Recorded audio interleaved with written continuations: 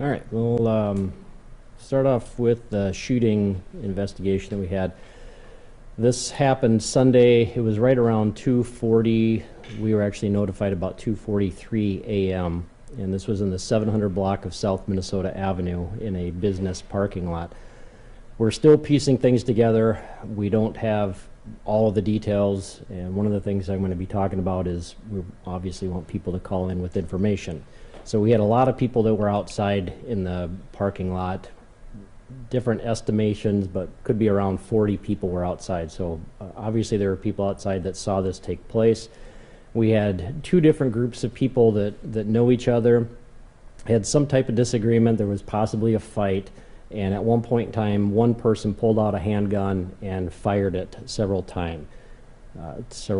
We had three people that were hit. One of them ended up dying from the injuries. The other two were basically treated and released. The man that died is 37. Our second victim had an injury to his leg. He is 26. And our third victim had an injury to his arm, and he is 29.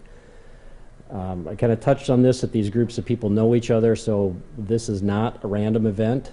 Because they know each other, like I said, we're operating off the assumption that there was some type of disagreement or fight, but we're still looking for more information. Some of that information was learned from talking to a few people that stayed around and spoke to officers, so we're still working on details and trying to figure out. But one of the things we want is people to come forward. Because we had so many people that were out there, there's a good chance that people saw something, maybe heard conversations that were taking place either inside the business or outside the business. And some of the information we found was that we had a lot of people that had their cell phones out and were recording this. So there's a good chance that we have people that recorded this, the shooting that took place, maybe the incident, excuse me, maybe the events that led up to that shooting even. So we would like those videos. People, if they're concerned, they can call Crime Stoppers. Crime Stoppers also has a couple of ways where people can upload videos or photos. One of them is the P3 app, and then also on Crime Stoppers' website, they have a link that you're able to upload stuff. Crime Stoppers is 100% anonymous. All that information goes through Crime Stoppers, gets routed, and then is sent to the police department. So we don't have anything direct with that. The information goes directly to them, but all the details on who's providing that are unknown to us. And so that's a great way if somebody has video, if somebody has information, we'd like them to use Crime Stoppers. There's also a chance if this information leads to the arrest or indictment that a person could get some reward money as well. So I know you guys are going to have questions, especially about the number of gunshots. We don't have that yet. We do have the number of casings that were recovered, but we're not going to give out those details at this point, just for investigative reasons. As far as any of these people that were struck, if they were targeted, we don't have that information. That's all stuff that we're trying to work on. I didn't say this, but we haven't made no arrests at this point in time. We're still looking for a number of different people, and I'd say this is very fluid at this point in time. We're still trying to, again, piece together what happened, who was all involved, and we've got basically a lot of information that we're looking for, and so that's why we'd like the public's help and let us know what they saw, any information that they may have. Other than the injuries, were there reports of any damage to vehicles, buildings, anything like that? There were some, and I don't have details on that, but there were some vehicles that were parked that had some damage done to them. I'm not sure what the extent of that was, though. Do you believe there's more than one shooter? Everything we've learned so far, we believe there was just one shooter, but again, it's still early, relatively early in this investigation, so there's a chance there could be other things that we're not aware of, but at this point in time, we believe it was just one person that fired a gun. Talking about early, is that uncommon to have that many people in a parking lot at a business, or is that a common kind of hangout? I guess I suppose every business is probably a little bit different. That time of morning, there was a lot of people that were inside and outside the business, and so I guess I don't know if that's a common event on the weekends for that business or not, but it certainly helps us. I guess that's the one part that's encouraging, is there were so many people there that there's a good chance that somebody saw something, and and that's why we want them to call. Is it believed that alcohol played a factor at all? You know, alcohol or drugs, I don't know. I don't know if we have any answers to that question yet. At this point, it doesn't seem like it, but who knows? You know, as more information is learned, that there's, you know, we'll find out, I guess, if drugs or alcohol played a part. And all 3 victims were male, is that right? All 3 victims were male, correct? Now, around that time, I pulled up scatter feed, and it seemed like a pursuit went on, and somebody was stopped. Was that related to that incident? Kind of, maybe not. That pursuit happened. There was a vehicle that was leaving the lot as the officers were pulling in, and that driver almost hit an officer. And so that's why the reason for the pursuit happened. So we don't know if that person was related to this shooting at this point or not. Wasn't arrested for anything related to that shooting. So, you know, may have been somebody that was just trying to get out of the area. We're just still piecing everything together. Was that person arrested for something else? Yeah, he was arrested. Let me see if I can find that.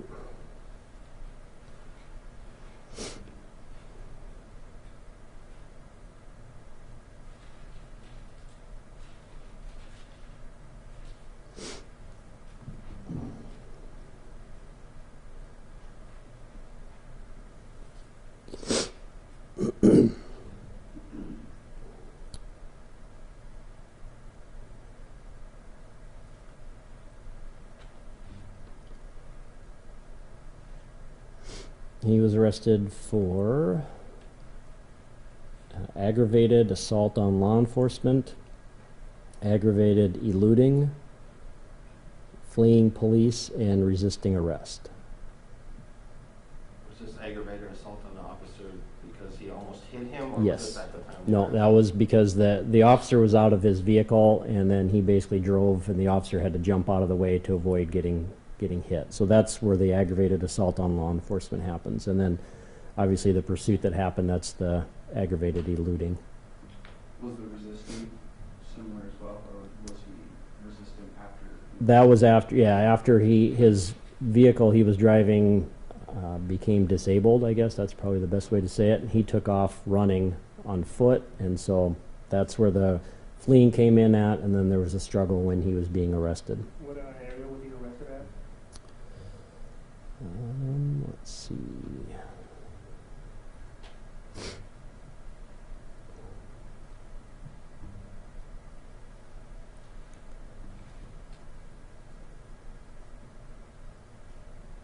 That was near 29th Street and Euclid Avenue. That's where the vehicle stopped. And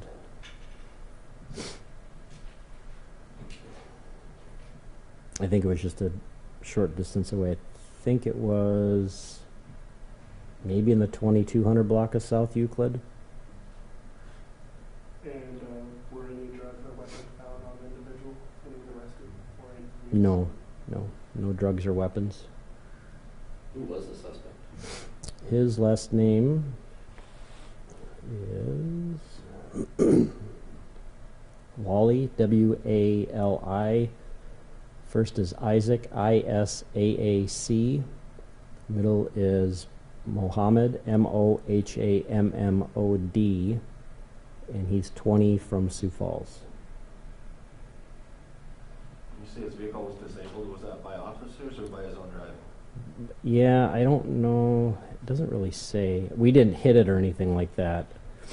I think it was probably from his own driving. Let's see. He had like a damage to his tire, I think is when it ended up causing him to stop finally.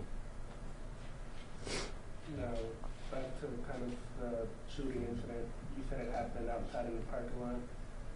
Do you know if any of the victims were employees of the business, or were they all just people from those two groups? That I don't know. I don't know if the victims were employees of the business. We usually don't. I mean, they weren't working at the time. I should say that.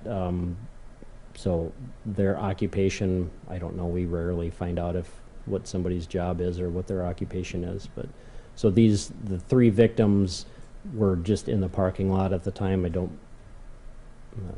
think they were just hanging out, I guess. I don't know.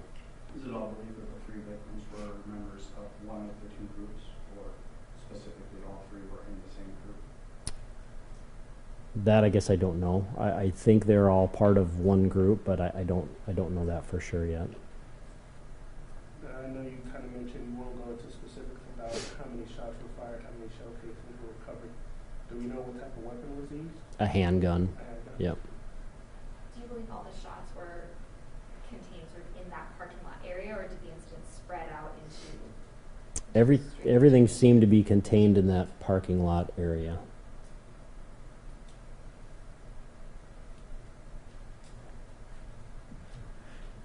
Anything else on that? Are you? I don't want to get too graphic. But are you able to say the fatality? Are you able to say where that person was hit? I'm not going to at this point in time.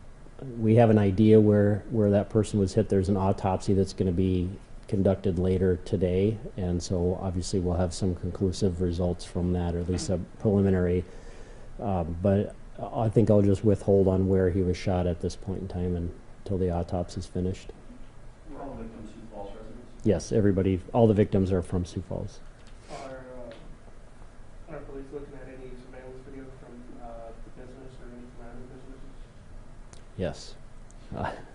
The surveillance video, that's really become a key in every investigation, and this is no exception. So it's not just video where it happens, it's also looking at surrounding video. Sometimes we're able to backtrack where people go. We've seen that in other cases before, where we've been able to follow somebody basically through town and using different surveillance videos from different businesses. So this is no exception. We'll be looking for surveillance video that obviously helps us to figure out what happened, and then also who was involved. And so the other flip side of that is the cell phones that people have. And this day and age, everybody's got phones, and they're pretty quick to pull it out and start recording if there's something big happening. So that's why we think that there's a good chance that some of this shooting was captured on somebody's camera, and so we want them to send that footage if they have that. Have police identified any people of interest in the shooting? We're still tracking people down. I guess that's probably the best way to say that. I wouldn't go so far as to say there's any persons of interest. That there's a lot of questions that we don't have answers to at this point in time. So there's people we're looking to find, but that was basically information that they may have been there. And so we know there's people there. There's a lot of other people that were there that we don't know who they are as well. So those are the people we're asking to come forward. But at this point in time, everything's open. We're still trying to figure out who's responsible and what led up to this. Is there any danger to the public, or was this just specifically between those 2 groups of people? Everything seems to be specific to these 2 groups of people, and so we don't think that there's any danger to the public. It doesn't seem like this was any random type of event. Seems like, yeah, I guess I just leave it at that. I mean, it doesn't seem like this was anything random, so I don't think there's any reason for the public to be obviously concerned. The flip side of that is we did have somebody that fired a gun several times at people, and one person died. So, use that term loosely, that there's no concern, because obviously we've got somebody out there that had fired a gun, but it was not a random event. It wasn't anything where I don't think people need to be concerned, but we obviously are focused on finding this person. Did that victim die at the scene or at the hospital? Officers found him and were giving him first aid. The ambulance got there, transporting him to the hospital, and then he died at the hospital. How many officers in total responded to this incident? I don't know. I could dig it up, but it'll take me a while to figure that out. Do you know how the suspect left the area on foot, vehicle? We don't. No, we don't know. The information that we have is that obviously after the shooting took place, the suspect took off, but we don't know if he was on foot or in a vehicle. You mentioned you found casings. Was a weapon recovered? I don't believe we have found a weapon yet. Now, the even arrest was made recently after the 17th and Menlo. Was that in connection? I don't think so. We haven't made any arrests in connection with this shooting, so I don't, I'd have to do some digging to find out what was at 17th and Menlo, but I don't think it was related to this. Out of the people you guys were able to talk to at the scene, were they cooperating with the police? Yeah. The people that we've spoke to were, and we were able to, that's how we know about some of the video, is that some of the people had their phones out. Not everything is captured, and we know that video is not going to be perfect with that, but that's why we're asking. We know that other people had their cell phones out as well, and so, you just, in a situation like this, if you have a lot of people that have their phones out, there's a good chance that you can piece that together and be able to get a whole picture of exactly what took place. You're saying a lot of people were taking video, that you saying like there was an altercation and people were filming it? Well, that's one of the things we don't know. We don't know if there was, the information we have so far is that we have these two groups of people and there was some type of disagreement or possibly fight. You have stuff like that, especially if it gets heated. People are usually pretty quick nowadays to pull out their phone and start recording it for any number of different reasons. So that's what we're kind of hoping, is that people may have been recording at that point in time because they didn't know what happened or what would happen, and then hopefully they would be able to have the shooting that was captured as well.